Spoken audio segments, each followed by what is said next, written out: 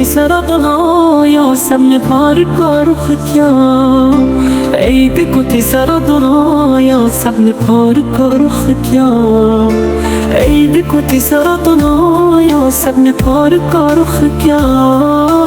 ईद कोठी सरादनाया सबने पार का रुख किया।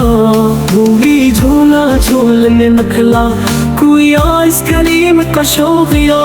बच्चों ने जिद पकड़ ली अब टिकट कैसे दो।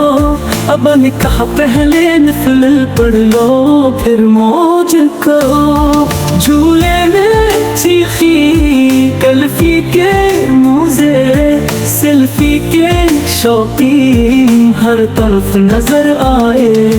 किसी ने गुबार लिए किसी ने पाप करन खाया।